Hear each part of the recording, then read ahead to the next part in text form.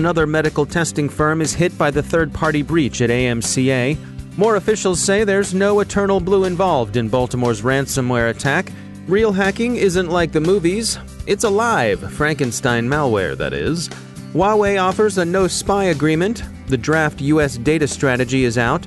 Really, you should patch for Bluekeep. Researchers from UC San Diego team up with Google to explore the hacker-for-hire marketplace. And a university's donor list has been exposed online.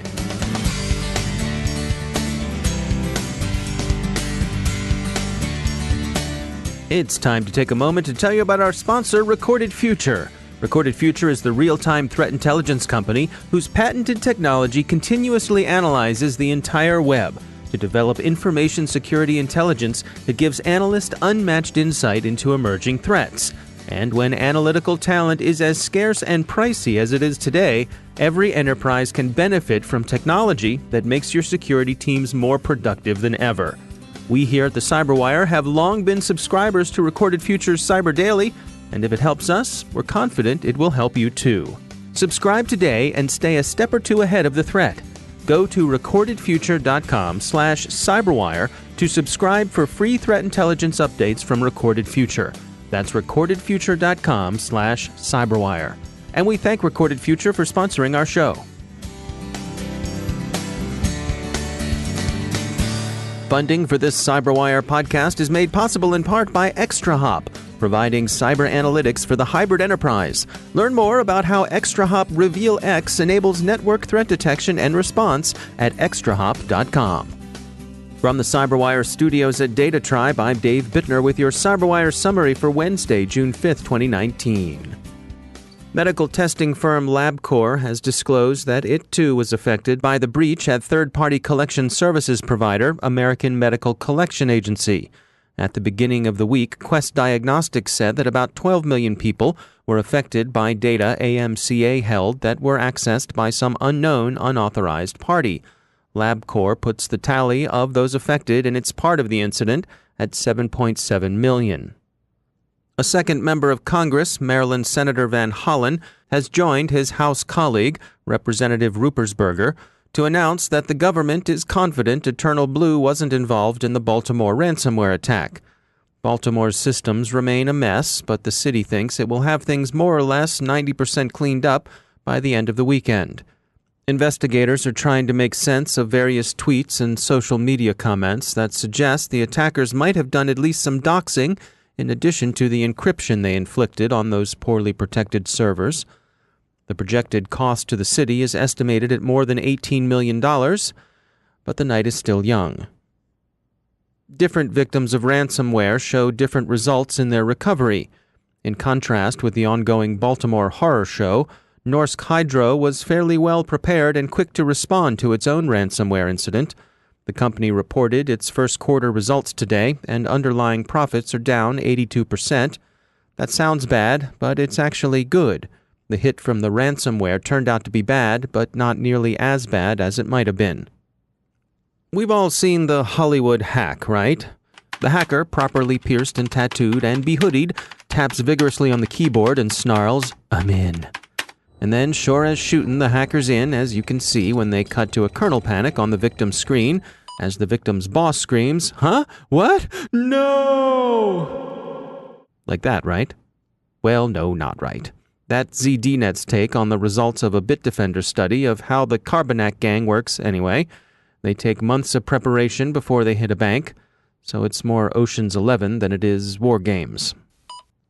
Cisco's Talos Group describes a threat campaign they're calling Frankenstein because the hoods behind it stitched their effort together from a bunch of disparate open-source tools.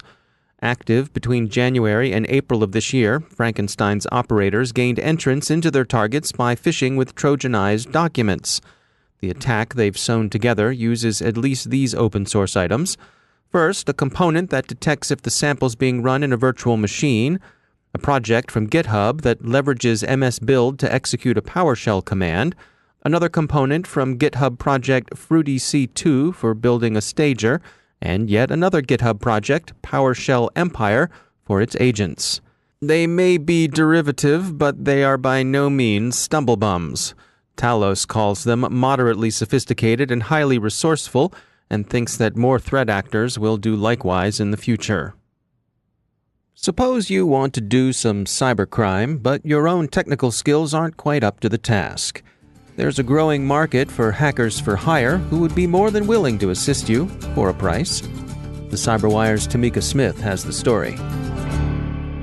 Google and University of California, San Diego conducted a study analyzing and testing out the hacker for hire market.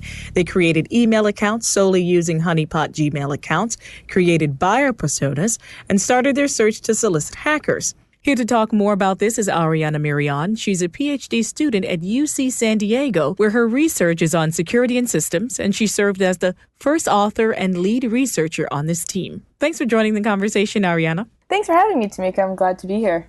So let's get into this study. How was it set up? We were interested in looking at the hack for hire market. And so that required us to go and find these underground advertisements and somehow solicit their service. And so that what that essentially means is we needed to act as both the buyer and the victim. So we created fake online personas because we wanted to make sure that no researchers were harmed in the making of this study in order to solicit this research. So as the buyer, I created an online persona which consisted of a Gmail address. And so we communicated with the services as the buyer, either by emailing them or submitting an online form. Really, it was however the service advertised we should reach them. And then we created a victim persona, so the person who we wanted to hack into, or whose Gmail account we wanted to hack into. And so the victim persona, it was a bit more intricate because we didn't know what these attackers would do. We didn't know what pieces of information they would use. And, I have an online footprint. Most people who use the internet have an online footprint. And so we wanted to create this online footprint for these fake victims. We created a Gmail address for them, but we also created a website, for example, that they purported to own or work at, where we linked the Gmail address. We on the website, we also linked an additional Gmail address of an associate, which was another fake persona, because we didn't know if the attackers would use the associate to get to the victim. And then we also created a Facebook profile for the victim where everything was private except the About Me section. And on the About Me section, we linked the website of the victim persona. And so we engaged with them as the buyer. And then at UCSD, we had set up some monitoring on each of the Gmail accounts to record any changes. And also our Google colleague was able to see from the Google monitoring that they have what was happening in the Gmail accounts. So this is very interesting. You guys set out to catfish the hackers. Basically, yeah. We really wanted to characterize this market, and the best way to do that was to engage with them. So to see not only what attacks they would deploy on the victims, but also how do they engage with the buyers. Is this a legitimate business, or would they just take our money and run? So let's talk a little bit about how you engaged with them. Now, you set out and created personas, but one thing I thought was very interesting, you did so in various languages. It turns out a lot of those underground markets are not solely in English. And so actually a lot of the advertisements that we found were in Russian. So we had 27 services that we ended up contacting. I believe 3 of them were English advertisements, 1 was a Chinese advertisement, and the rest were Russian. In order to engage with them, we wanted to make sure that our messages seemed realistic. And so we essentially asked folks in our community who were native speakers of that language, so a native Russian speaker, to help us craft emails in response to whatever they were telling us. So let's talk a little bit more about the technical side. How did you set up the honeypot accounts so that you would be able to track what was going on and that they couldn't detect that they were being tracked? Yeah, so for each Gmail account that we created, we essentially added this entity called a Google App script. Whenever there was a change in the Gmail accounts, would trigger a notification to a server that we controlled at UCSD. The thing about these Google App scripts is that in order to create them, you actually open up a Google Doc, essentially, that's associated with the Google Drive that is part of the Gmail account. And then on one of the drop-downs, there is this little script button, and then that takes you to a pop-up where you can put in this script, and it's a JavaScript. So it's a language that a lot of folks know and can program in, or at least learn. Is this market viable in any way? Yeah, that's a great question. This is a market that is accessible to a lot of, average folks. The contracts that we hired were anywhere from the $100 to $400 range. Since the end of our study, actually, some of those prices have increased, but they are still viable for someone who really wants to get into the Gmail account of whoever they target. However, since these are targeted attacks, these don't necessarily scale as well. They don't scale as much, I should say, as other attacks. I don't think it's a large-scale threat. It is definitely a threat to some users out there, but it's not a large-scale threat yet. There is definitely the possibility, and this is all hypothesis, that the attacks could change. So right now, the main attack vector that we saw was phishing. Really well-crafted emails that would then capture our password and our two-factor code. And Gmail has introduced some additional defenses to try and prevent against this sort of targeted attack. But it's possible that in the future, these markets will change to adapt to the new defenses. So instead of phishing, maybe they'll deploy more malware. Thank you again, Ariana, for joining the conversation. Thank you, Tamika. I really appreciate it. That's Ariana Mirion. She's a PhD student at UC San Diego, where she's researching security and systems. And on this specific research team, she serves as the first author and lead researcher. That's the CyberWire's Tamika Smith. Huawei's chairman, Ling Hua, accused the U.S. of acting inappropriately toward his company, NPR reports, but then proffered Dove with an olive branch, the same kind of no-spy deal Shenzhen has dangled before Germany and the UK. This Dove seems unlikely to fly in Washington, given Huawei's reputation with respect to non-disclosure agreements and partners' IP. Don't believe Microsoft about the importance of patching legacy versions of Windows against the Bluekeep RDP vulnerability? Well, maybe you'll believe NSA's Central Security Service. They think you should patch too. The U.S. government has released its draft data strategy. Federal agencies have until July 5th to submit comments. The strategy emphasizes 3 overarching principles: ethical governance, conscious design, and a learning culture. The strategy seems concerned to identify relevant data and ensure their accuracy, integrity, and availability. Transparency and an effort to restrain agencies from collecting information without a need to do so appear to be important points of emphasis. University of Chicago Medicine has apparently left data of almost 1.7 million donors and prospective donors exposed online, Security Discovery says. The university secured the database and thanked the discoverers for the tip. And we close on a serious note. America has lost another of the Navajo code talkers who served in the Pacific during the Second World War. William Tully Brown passed away Monday in Winslow, Arizona, at the age of 96. Our condolences to his family and friends. As he's laid to rest tomorrow, we'll join the Marine Corps in its farewell. Semper Fidelis, Marine.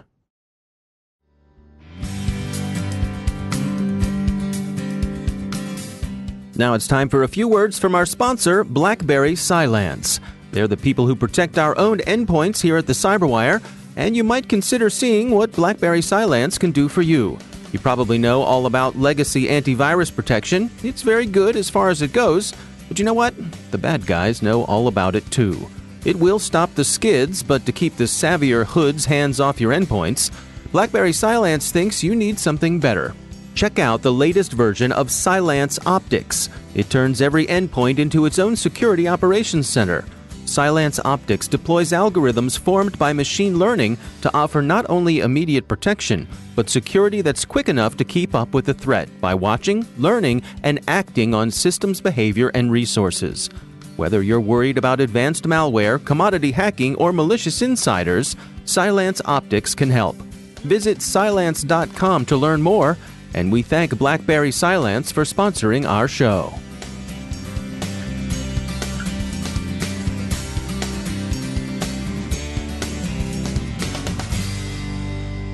Joining me once again is Ben Yellen. He's a senior law and policy analyst at the University of Maryland Center for Health and Homeland Security. Ben, it's great to have you back. We had an article come by. This is from Military Times. It's titled, Secret Tracking Device Found in Navy Email to Navy Times Amid Leak Investigation Raises Legal and Ethical Questions. There's a lot to unpack here. Help us understand what's going on. So there's been this high-profile court-martial case about a Navy SEAL being accused of potential war crimes arising out of an incident that took place in 2017, I believe. The profile of this case has been risen significantly because the President of the United States has weighed in on this case publicly. What this article uncovered is that one of the prosecutors working for the United States Navy sent an email to the Navy Times, which is, has readership among members of the Navy and other members of the military branches. And this is journalism. Right. So to a journalism outfit.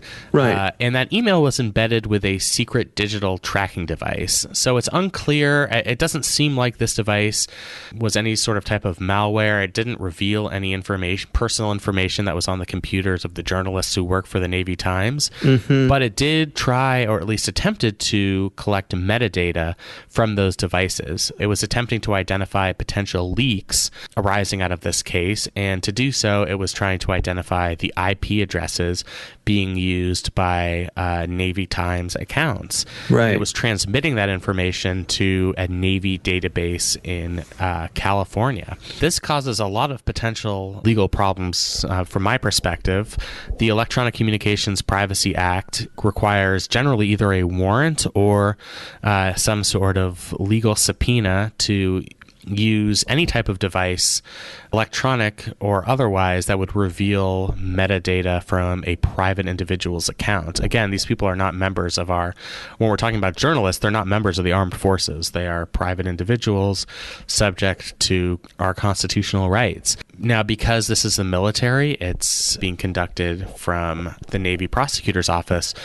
We're not privy to a lot of the information that's gone into this investigation. And from what they're saying, the prosecutor has complied with all laws and statutes regarding electronic communications and privacy. This, at least to my eye, it's not something that you could prove one way or the other without additional information. And there's always the risk, I'm not sure how this would play out in military court, that the conviction of this individual accused of war crimes could be jeopardized if some of the information used in a potential trial or in the prosecution was obtained through illegal means. That evidence could potentially be suppressed, and then, as we see in millions of other criminal cases, that could be the factor that causes the acquittal of that criminal suspect. So engaging in these techniques presents really a dangerous risk for the general public and for the prosecutors who are trying to secure the conviction.